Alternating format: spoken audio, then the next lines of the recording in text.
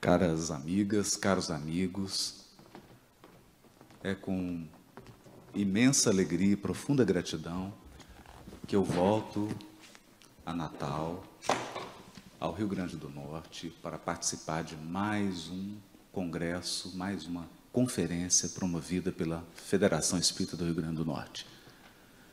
Quero agradecer, na pessoa do nosso irmão Valdir Cabral Júnior, o convite e, em nome dele, cumprimentar todas as colaboradoras e todos os colaboradores da Federação, incluindo a galeria dos presidentes anteriores, né?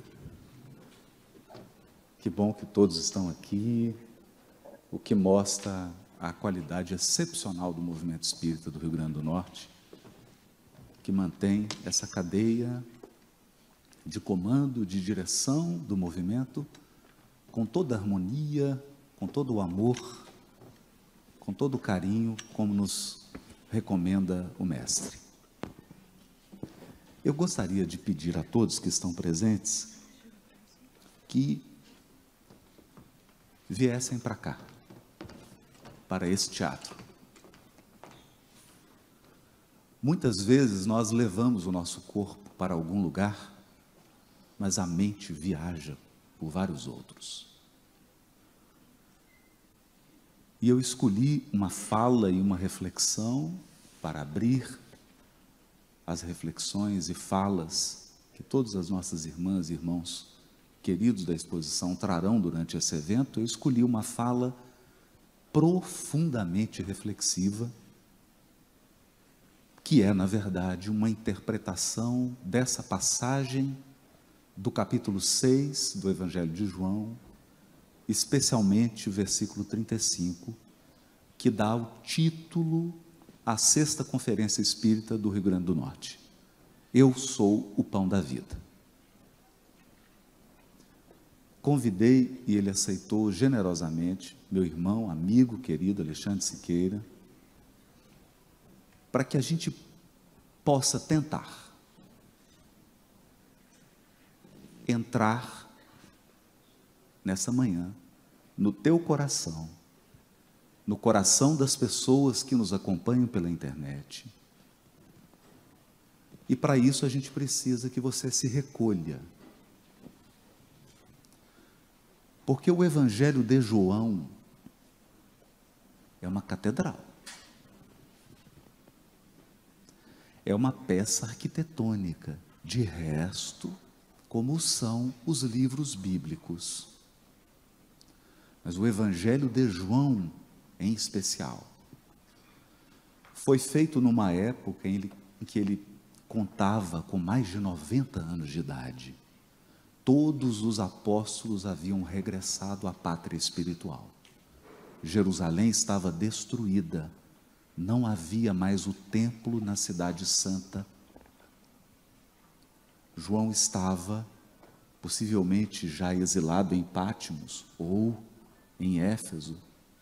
A essa altura, Maria já havia também regressado ao mundo espiritual, portanto, ele contempla tudo o que foi e tudo o que será. Tudo o que foi construído e tudo o que o Cristo pretendia construir para a humanidade terrena entregue às suas mãos augustas.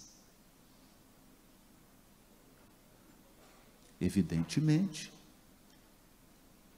já conectado à espiritualidade superior e com a assistência espiritual do próprio Cristo, suas palavras são medidas. Suas palavras são como blocos de uma grande construção. E o nosso propósito é explorar isso. No capítulo 6 do Evangelho de João, versículo 35, nós vamos encontrar a seguinte fala do Mestre. Disse-lhes Jesus: Eu sou o pão da vida. quem vem a mim não terá fome, e quem crê em mim não terá sede jamais.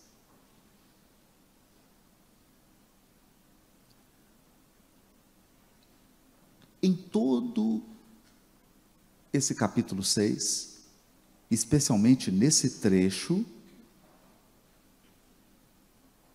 que começa no versículo 22, nós vamos encontrar alguns pares de palavras: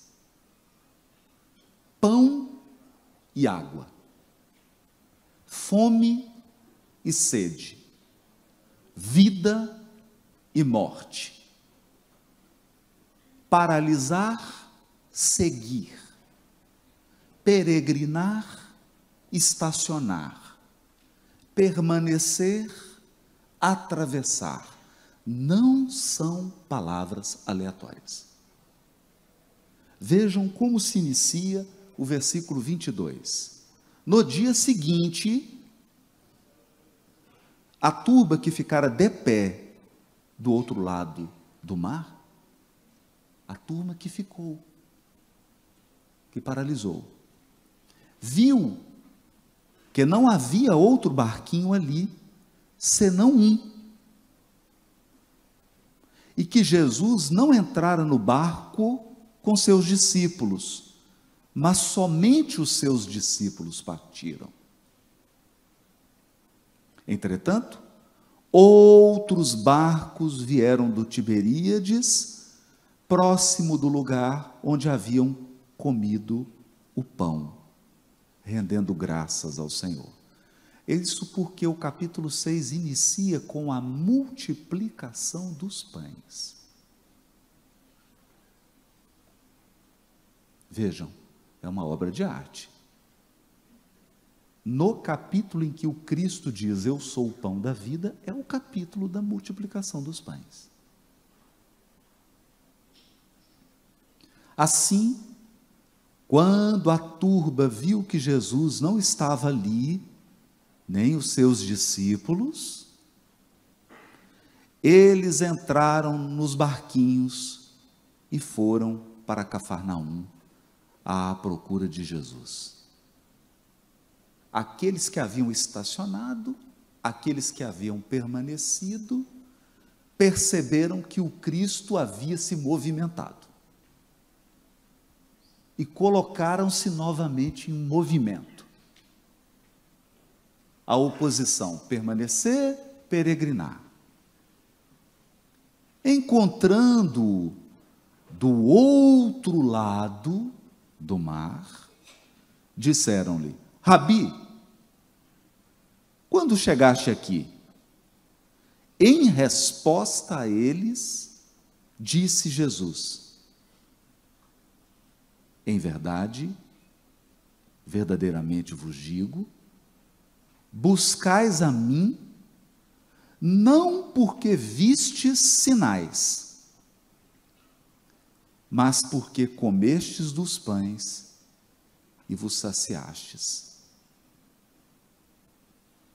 Trabalhai não pela comida que perece, mas pela comida que permanece para a vida eterna, a qual o Filho do Homem vos dará, pois Deus, o Pai, o certifica.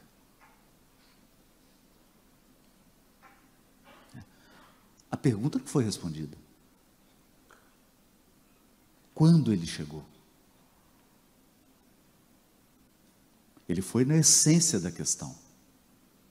Viestes porque comeste dos pães. Que pães? Da multiplicação dos pães. Então aqui surge novamente aquelas palavras opostas. Um pão que sacia a fome corporal, ao lado de um pão que sacia a fome do espírito. Uma água que dessedenta a sede corporal. e uma água viva que descedenta a sede do Espírito.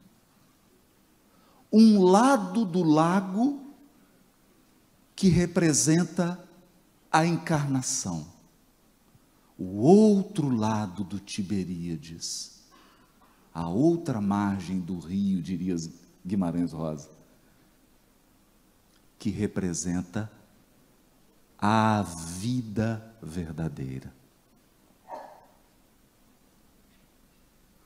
Um Cristo que nunca se detém. Como diria André Luiz, ajuda e passa. Um Cristo que multiplica pães de um lado do lago, onde impera a vida corporal, mas se desloca imediatamente para as realidades eternas, se oferecendo como o verdadeiro pão da vida.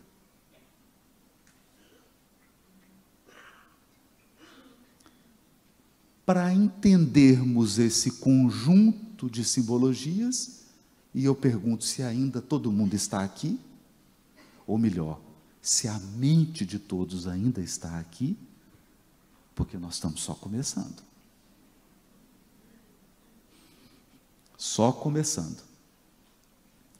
Allan Kardec chamou de alma o espírito encarnado, aquele que está temporariamente conduzindo um corpo físico de um dos lados do Tiberíades. E chamou de espírito errante aquele que perdeu o corpo. É imortal, porque Deus só cria imortais. Então esse espírito perdeu o corpo, mas não ficará por muito tempo no mundo espiritual, porque ainda necessita encarnar. Esse é o espírito errante. Errante não é aquele que comete erro.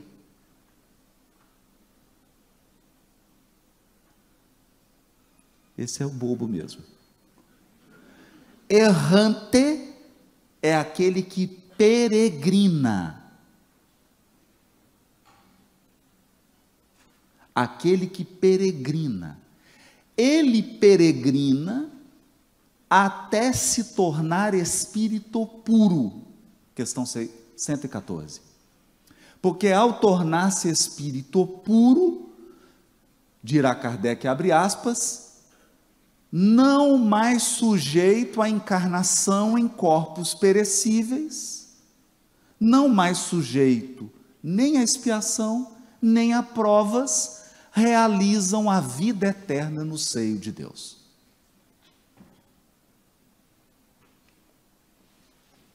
Então, a vida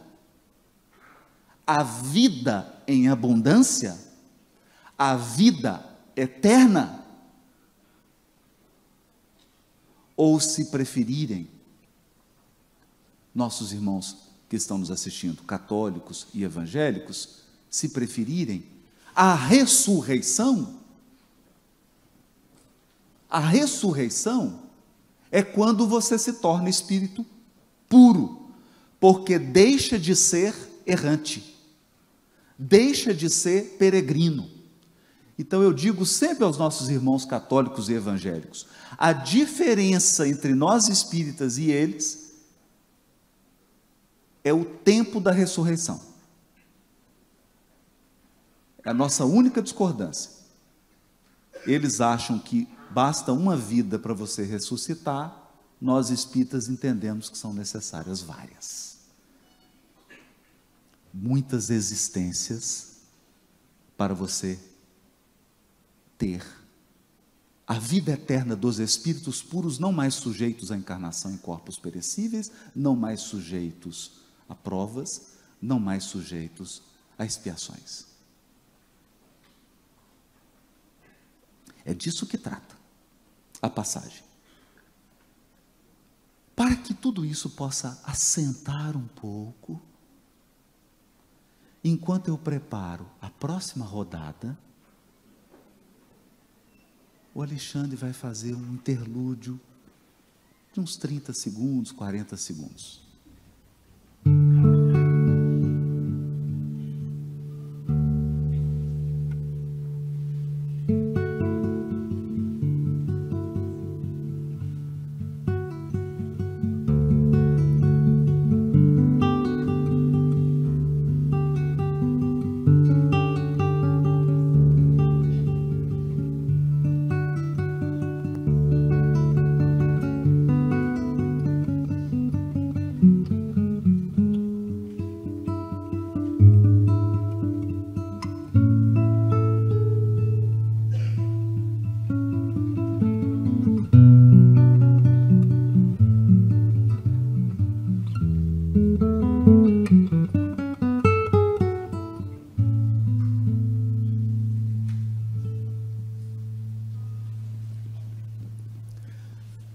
Os versículos que antecedem o versículo 35 do capítulo 6 de João, que dá título à sexta conferência espírita do Rio Grande do Norte, Eu sou o pão da vida, são muito interessantes. Vamos ler a partir do versículo 30. Então disseram-lhe: que sinal, pois, fazes tu, para que vejamos e creiamos em ti? Porque era da tradição do povo hebreu que o verdadeiro profeta deveria apresentar um sinal de que as suas obras e a sua vida não eram de inspiração pura daquele profeta, mas na verdade ele era um intermediário por meio de quem Deus operava sinais. Sinais são marcas. Sinais são placas. Sinais são indicativos. Eles indicam algo. Eles apontam para algo. Algo que foi assinalado. No caso, quando o profeta falava ou fazia, sua ação, seu verbo, sua vida, eram placa, indicativo do próprio Deus. Da existência de uma inteligência suprema, de um amor infinito que coordena a peregrinação dos seres.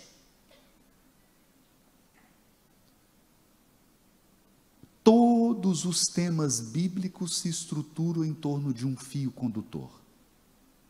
Êxodo. Seres que peregrinam.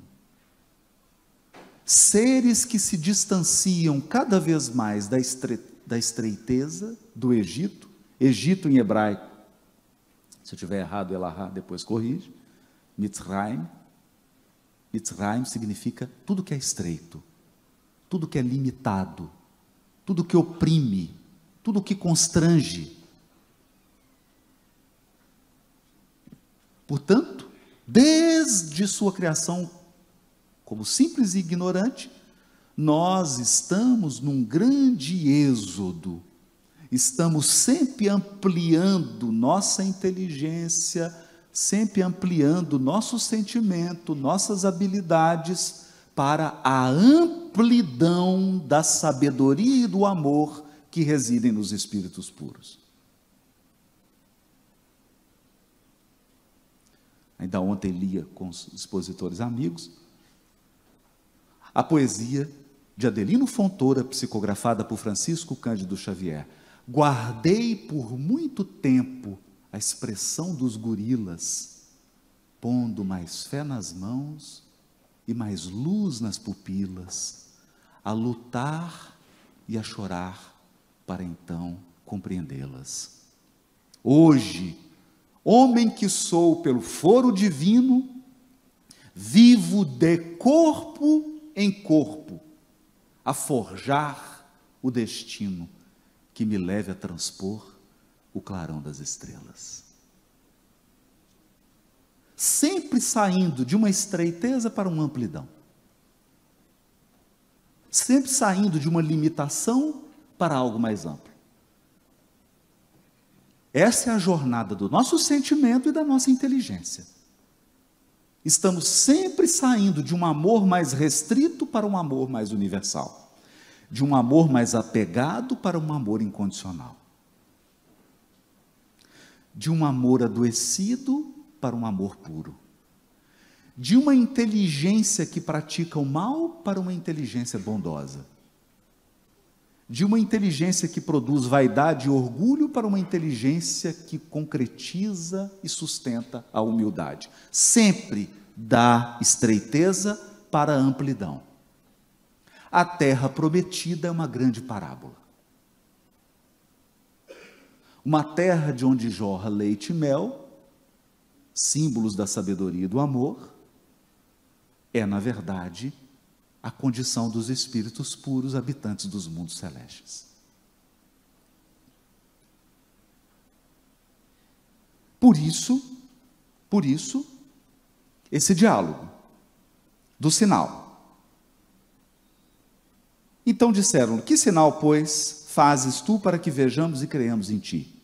Que realizas?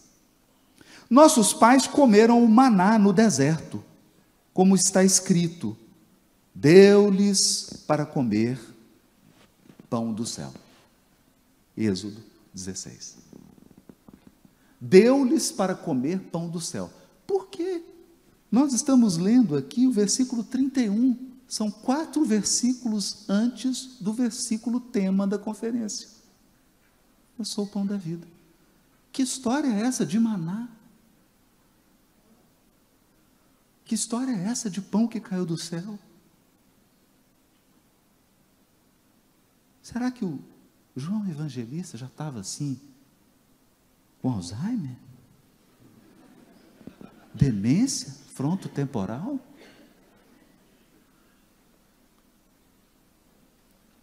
Então disse-lhe Jesus: em verdade vos digo, Moisés não vos deu o pão do céu, mas meu Pai vos dá o verdadeiro pão do céu. Pois o pão de Deus é o que desce do céu e dá vida ao mundo. Então disseram a ele: Senhor, dá-nos sempre deste pão. Disse-lhe Jesus: eu sou o pão da vida. Quem vem a mim não terá fome, e quem crê em mim não terá sede, jamais. Mas eu vos disse que também me vistes e não crestes. Tudo que o Pai me dá, virá a mim. E o que vem a mim, não lançarei fora. Porque desci do céu não para fazer a minha vontade, mas a vontade de quem me enviou. E a vontade de quem me enviou é esta: que tudo o que ele me deu não pereça, mas ressuscite no último dia. Perceberam? Nenhum de nós aqui vai se perder nessa peregrinação. Todos nós vamos atingir a condição de espíritos puros, habitantes de mundos celestes. Daí o tema da peregrinação e daí o tema do maná. E surge aqui o tema da ressurreição. Então, está todo mundo aqui ainda?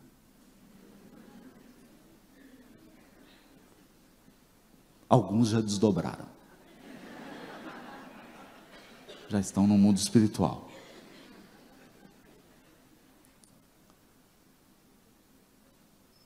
O Alexandre vai mais 30 segundos e nós vamos começar a conectar. Mas antes dele começar, Os livros bíblicos, especialmente o Evangelho de João, são como bolo feito em camadas. Você coloca uma primeira camada, põe um recheio, depois você põe uma outra camada de bolo, vem um outro recheio, você põe uma outra camada, e aí você coloca a cobertura. O Evangelho segundo o Espiritismo começou assim também. O capítulo 1 se chama Não Vim Destruir a Lei. E aí Kardec nos explica que a primeira camada foi a revelação mosaica, ou do povo hebreu. Aí veio uma segunda camada do Evangelho, e veio a terceira camada do Consolador prometido. É um bolo só, mas em muitas camadas. No Evangelho de João também. Os temas se sobrepõem, e a gente precisa de muita atenção e muita sensibilidade para conectar um com o outro. Eu sei que essa parece ser a palestra mais confusa que você já assistiu. Mas aguarde até a cobertura do bolo.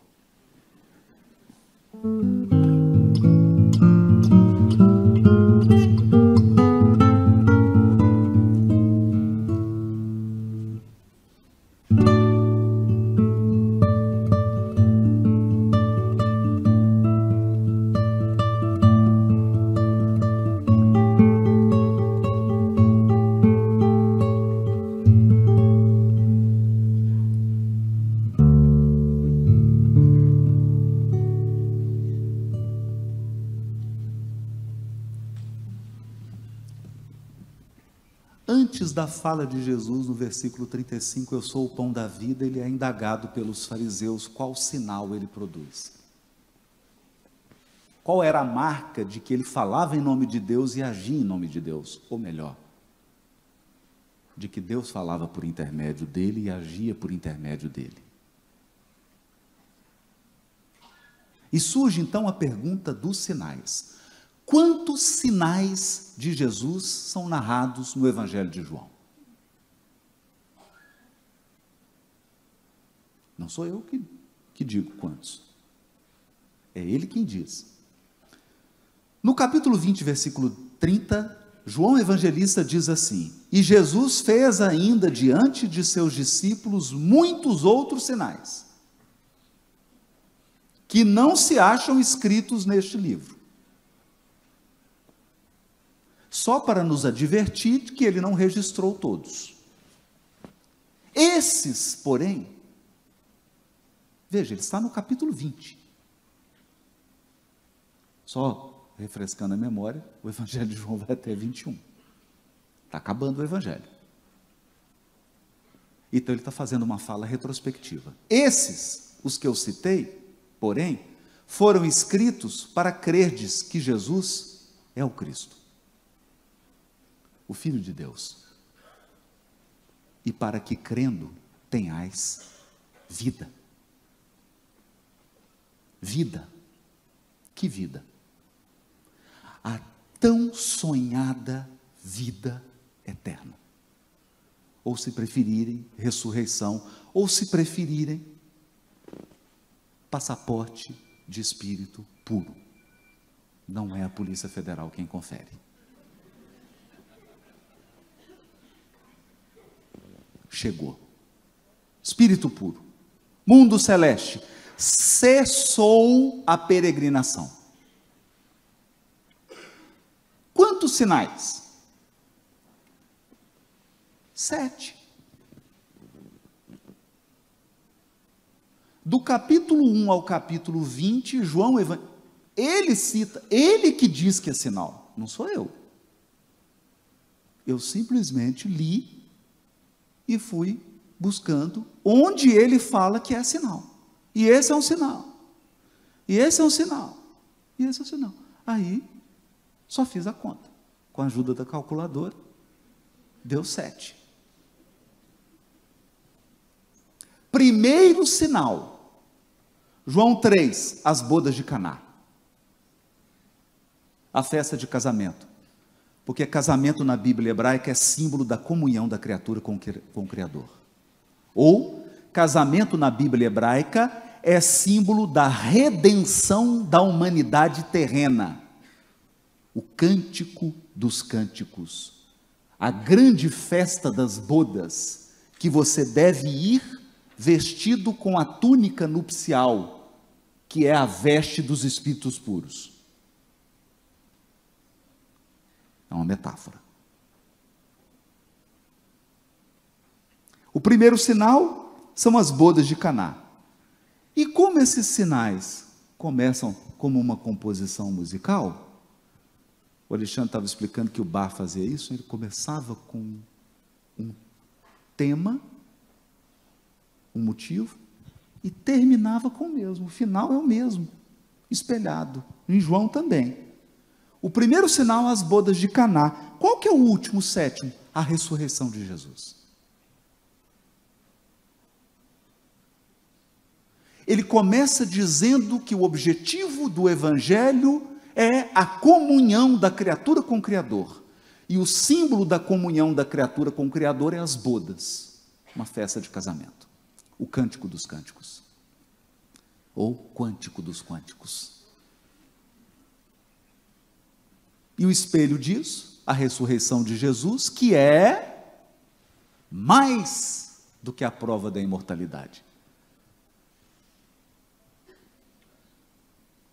A ressurreição de Jesus é mais do que a prova da imortalidade. Ela é o caminho aberto para a nossa redenção espiritual. Ela é o caminho que nos levará à pureza de espírito. No dia da sua ressurreição, haverá uma festa.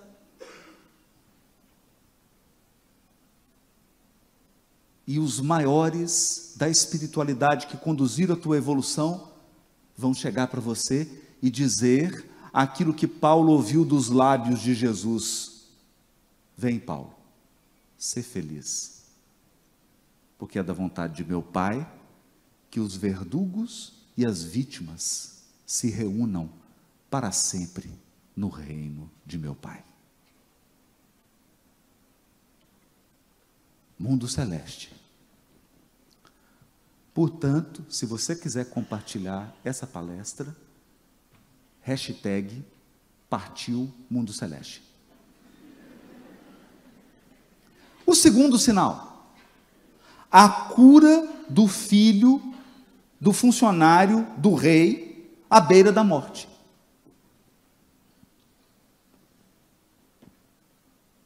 Olha isso. Alguém estava prestes a morrer. Olha o tema aí, vida eterna, morte. Morte, vida eterna. O sexto sinal, a ressurreição de Lázaro. É ou não é o espelho, Alexandre? Não é o espelho? Ó, o segundo sinal está curando o filho do funcionário do rei, está quase morrendo. O sexto sinal, ressurreição de Lázaro. Morte de novo e vida. Mas não é Severino. O terceiro sinal, a cura do enfermo na piscina de Betesda, num sábado. Guarda isso. Num sábado.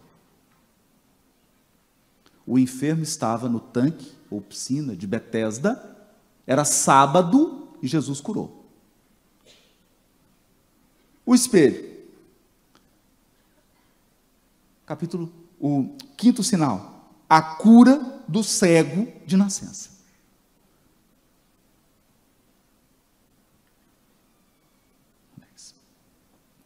E o meio?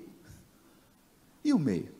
Porque, gente, na época de João, não tinha livraria da Federação Espírita do Rio Grande do Norte.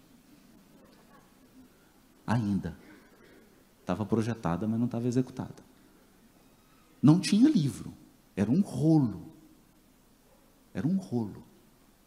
E no rolo, você abre o rolo, não é? Você pega o rolo e abre.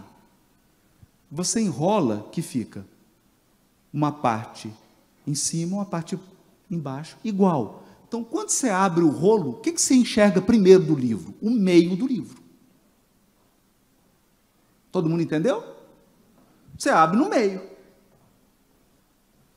À medida que eu vou abrindo, eu vou tendo acesso ao restante. Então, quando eu abro no meio. O meio era muito importante. Qual sinal João colocou no meio do evangelho dele? Se você tivesse o rolo aqui agora e abrisse, qual é o primeiro sinal que você veria? A multiplicação dos pães.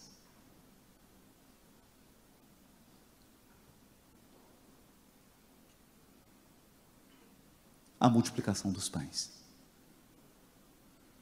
Jesus multiplica os pães, porque as pessoas estavam com fome.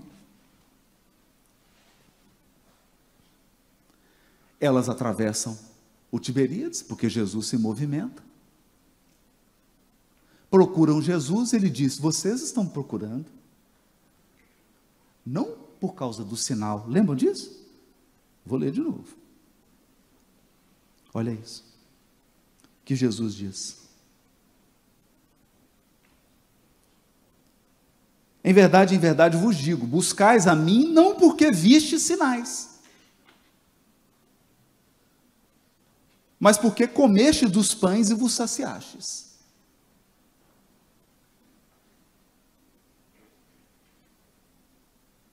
Vocês não estão aqui por causa do sinal, porque a multiplicação dos pães foi um sinal. E como eu disse, o sinal assinala algo. O sinal é uma placa que aponta para algo. Que era esse algo? O Cristo. Eles não estavam ali por causa do Cristo, estavam ali por causa do pão. E hoje isso se repete. A gente vem à igreja, ao templo, à casa espírita, por causa da necessidade. Da fome, da sede. Da dor, da prova e da expiação. No entanto, fome acaba. Aliás, um tema filosófico. Toda vez que, depois do almoço, eu perco a fome. Depois da janta, você perde a fome. Depois de beber água, você perde a sede. Mas ela volta. Depois de um corpo, você toma outro. Vivo de corpo em corpo, a forjar o destino. Então, nós nascemos e morremos. E renascemos. E progredimos sempre. Tal é a lei. É da natureza do peregrino. O peregrino nunca está no mesmo lugar. Sua vida era de um jeito quando você tinha 15 anos. Hoje que eu estou com 18. É outra. Você nunca está no mesmo lugar. O lugar que você está hoje não é o lugar que você estava 10 anos atrás.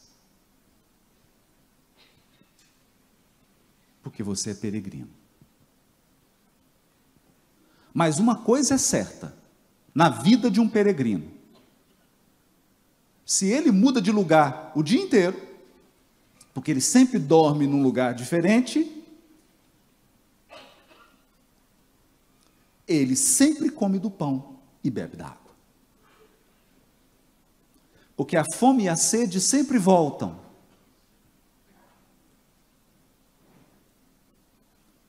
Vejam, o capítulo 6 fala do pão.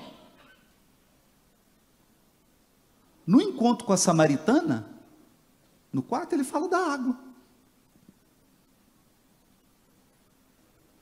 Fala da água viva.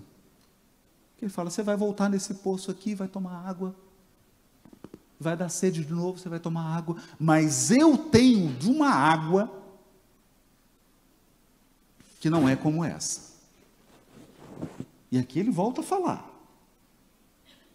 trabalhai não pela comida que perece, mas pela comida que permanece para a vida eterna, a qual o Filho do Homem vos dará.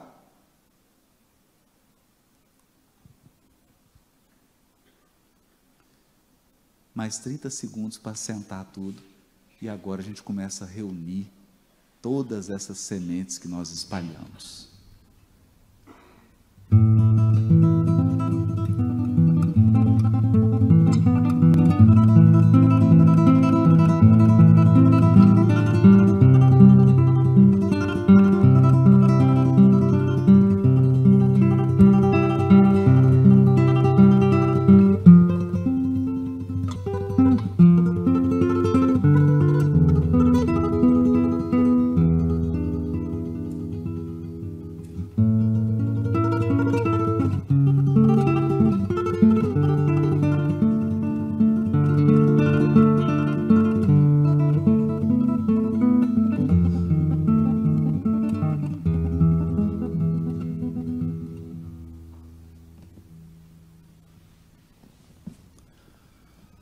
O povo hebreu peregrinava pelo deserto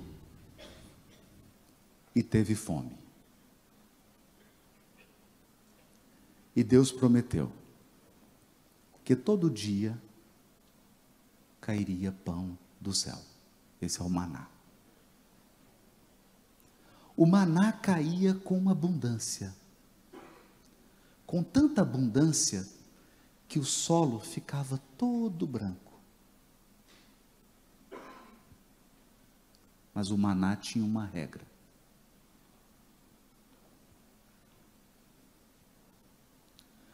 Você só podia pegar do maná o que necessitava.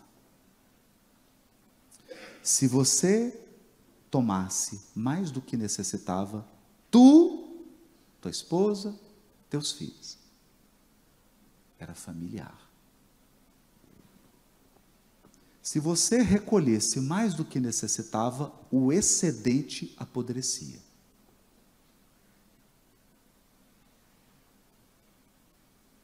Esse é o pão nosso de cada dia. Só podia recolher o do dia, não o de amanhã. Não andeis ansiosos pelo que haveis de comer, pelo que haveis de vestir. Basta cada dia o seu mal. O pão nosso de cada dia é o maná.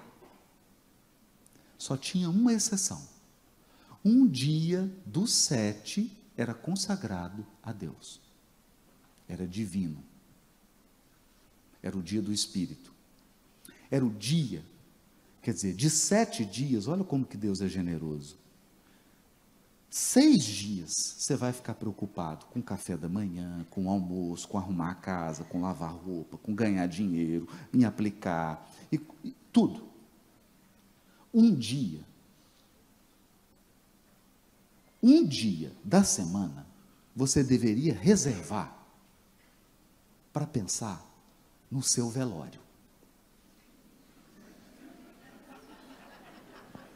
Sim, no seu velório. Alguém com medo de desencarnar aqui, gente? Ah, pelo amor de Deus, olha. Já desencarnou tantas vezes. Dia do seu velório, você está lá no caixão, cheio de flor. Você olhando. Nesse dia, você não vai ficar pensando, o que eu vou tomar de café? O que eu vou almoçar? Perceberam? Nossa, não passaram nem um batonzinho em mim. Para que você vai apodrecer? Corpo. Todas as preocupações da vida corporal vão perder o sentido. Todas. Vou ficar aqui na linha, que eu estou saindo. Todas. Então, nesse dia, que é o sábado, o Shabat, é o dia para você pensar nos interesses do espírito imortal. O que você fará depois do velório? Velou, enterrou, tampou o túmulo. Qual que é a sua programação?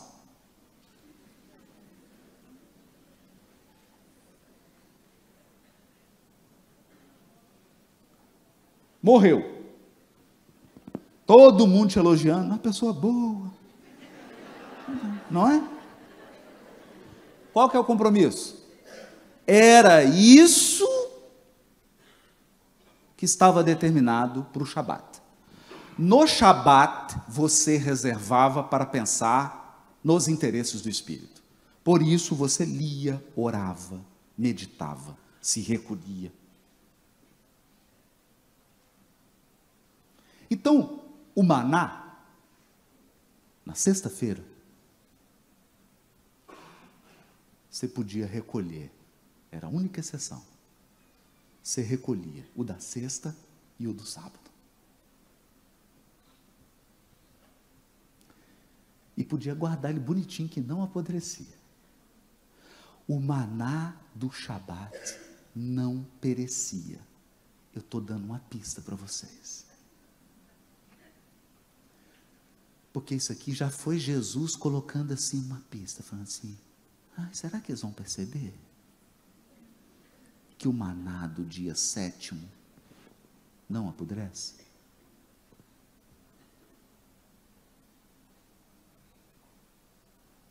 Será? Será que eles vão perceber que esse negócio de, por exemplo, desde ontem eu não almoço.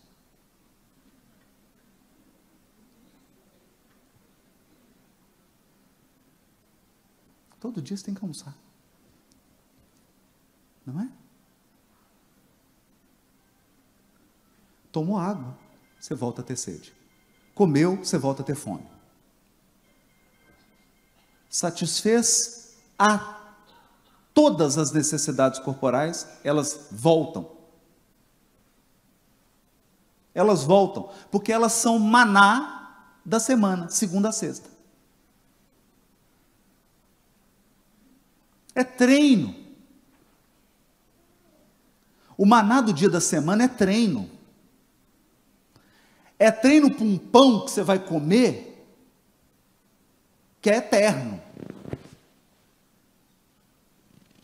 Então aqui, você tem assim, gente, a felicidade é deste mundo, mas ela é maná. É só do dia. Então, se hoje você tomou um café da manhã bom, já acabou sua cota de felicidade. Espera aí alguma mensagem no WhatsApp, algum telefonema, alguma coisa. Como diz Emmanuel, superado um problema, espere outro. Porque felicidade neste mundo é maná. É um pouquinho todo dia.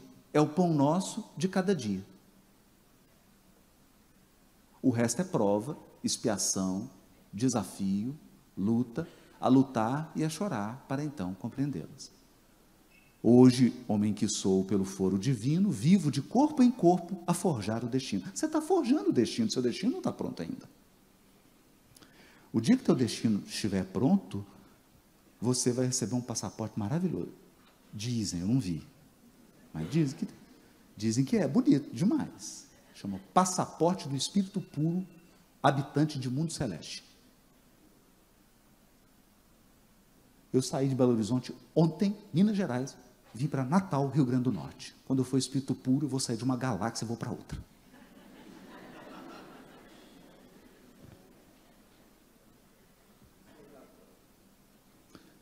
Sem escala. Sem escala. Felicidade inalterável. Felicidade inalterável. É o maná do sábado. O maná do sábado é quem? Quem? Quem é o maná do sábado?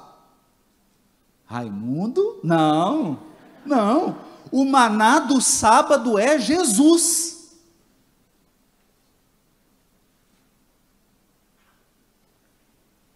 Nossa, por que ele é o maná do sábado? Porque ele é o modelo do Espírito puro.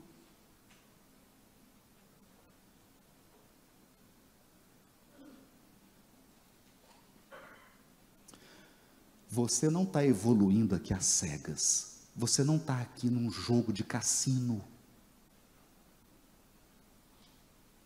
Você não está aqui igual uma maluca, um maluco, fazendo experiências ao léu. Existe um modelo da tua perfeição. O que você será amanhã já está desenhado.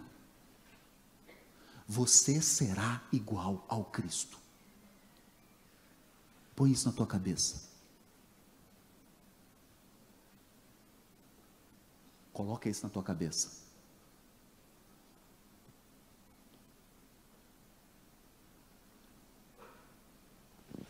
Também o Espírito traz consigo o gene da divindade. Estamos em Deus quanto Deus está em nós. Fonte Viva, capítulo 30. Educa.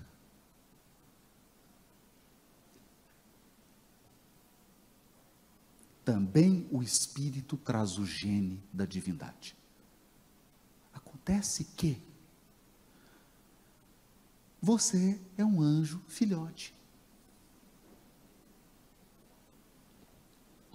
Depenado, asa curta, perna bamba,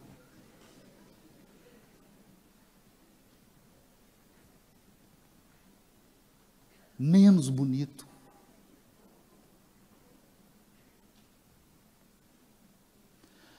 mas a essência divina, os atributos da divindade estão em ti.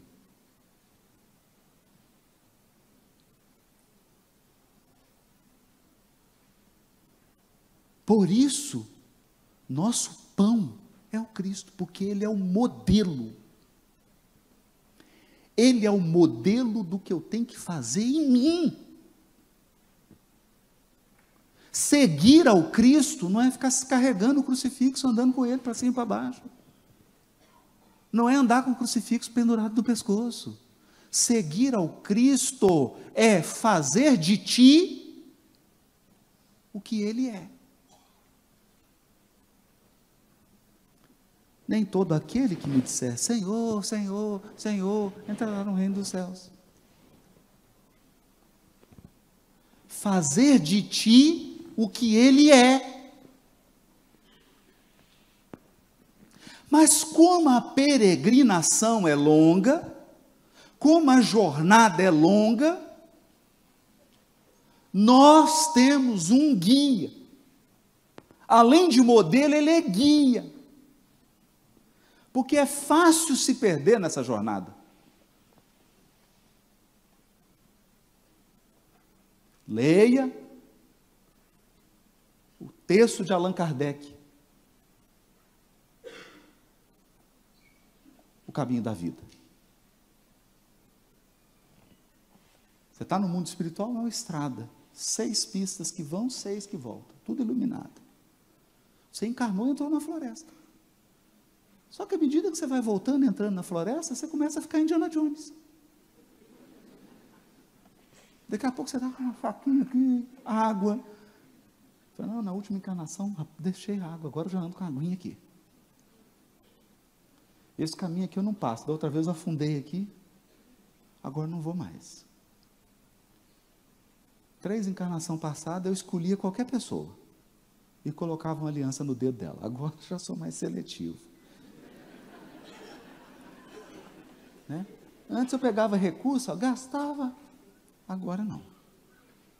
Agora eu prefiro transformar os recursos em instrumentos do bem, que aí nunca vai faltar. Então você começa a ficar treinado, gente. Nós temos um guia. É disso que essa passagem está falando. Mas eu vou ler agora, nesses 5 minutos, 3 parágrafos de Emmanuel. 3 bastam. Mas antes, o Alexandre vai só assentar.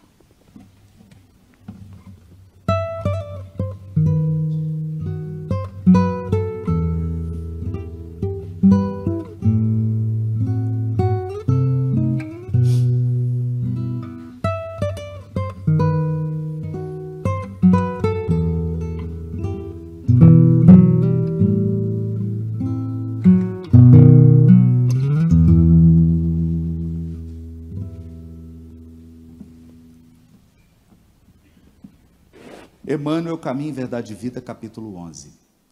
Conforto espiritual não é como o pão do mundo, que passa mecanicamente de mão em mão para saciar a fome do corpo,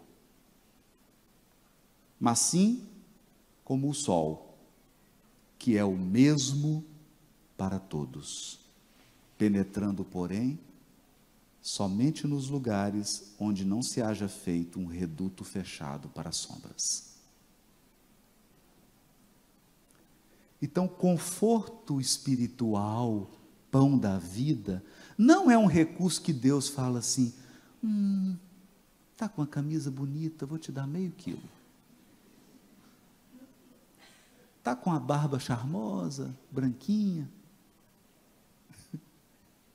vou te dar 1 quilo. Não. Esse pão não é um pão divisível, dado em quantidades. O pão da vida é um sol, você recolhe tudo o que for capaz, segundo a sua necessidade. Você é o recipiente. Então tem gente que chega aqui no mar, pega uma xícara. Tem outro que vem e pega 2 litros. Tem outro que vem e pega uma caixa d'água de 1.500 litros. O mar é o mesmo para todos. Os recipientes é que mudam.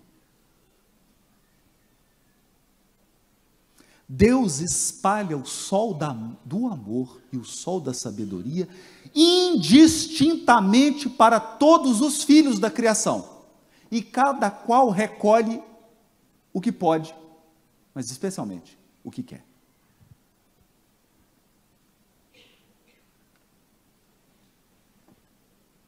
Você só recolhe de acordo com o tamanho do recipiente que você é. Ela já está entendendo o que eu estou dizendo. Ele sabe o que é recipiente em hebraico. Sabe o que significa isso? Quer receber mais? Cresce. Quer receber mais? Evolui. Quer recolher mais do sol do amor e da sabedoria de Deus? Aumenta o recipiente da tua mente. Quanto mais estreita for a tua mente e o teu coração, mais estreito e pequeno será o que você recolhe da providência divina. É isso que Emmanuel está dizendo. Bom, aí ele diz assim, vinha de luz, capítulo 173.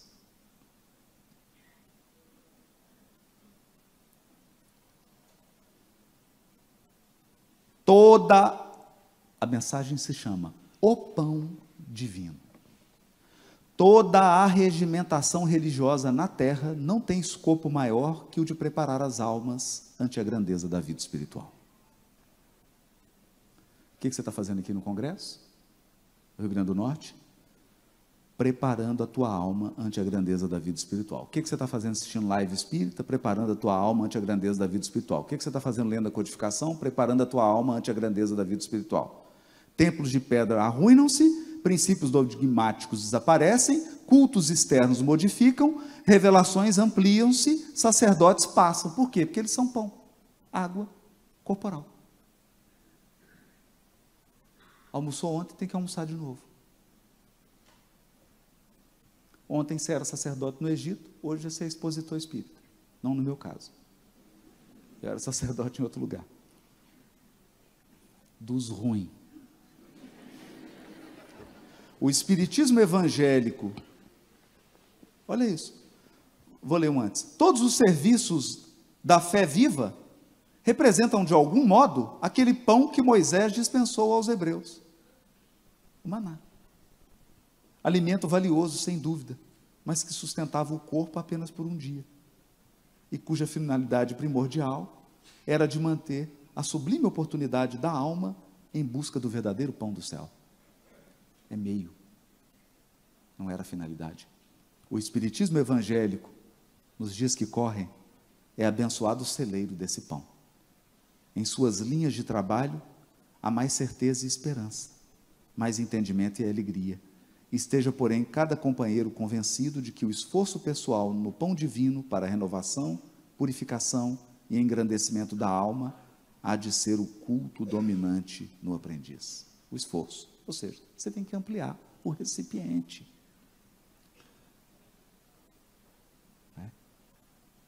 E aí ele diz, o Evangelho, no início, é o sol da imortalidade que o Espiritismo reflete com sabedoria para a atualidade do mundo. Agora veja isso, para a gente encerrar agora. Faltam 30 e... Vai estar aumentando? Falta pouco, 30 segundos. Brilhe a vossa luz, vinha de luz. Meu amigo, no vasto caminho da terra, cada criatura procura o alimento espiritual que lhe corresponde à posição evolutiva. A abelha suga a flor, o abutre reclama despojos, o homem busca emoções. Experiência. Experiência do usuário. Não é? Por exemplo, a experiência de falir. A experiência de cair espiritualmente. A experiência de ser vaidoso. A experiência de matar. A experiência de auxiliar. A experiência de servir. A experiência de aprender. Todas elas te proporcionam emoções. Há sofredores inveterados que outra coisa não demandam além do sofrimento. A comida dele é sofrer. Por quê? Porque ele se alimenta de piedade. A pessoa fala, coitadinho, espia tanto. Suprem a mente de torturas contínuas e não pretendem construir senão a piedade alheia, sob a qual se comprazem. Nos variados climas do mundo, há quem se nutra de tristeza, de insulamento, de prazer barato, de revolta, de conflitos, de cálculos, de aflições, de mentiras, porque tudo isso aqui é pão. Tudo isso aqui é pão. Os discípulos de Jesus, porém, aquele ser humano que já se entediou das substâncias deterioradas da experiência transitória, esses pedem a luz da sabedoria, a fim de aprender a semear o amor em companhia do Mestre.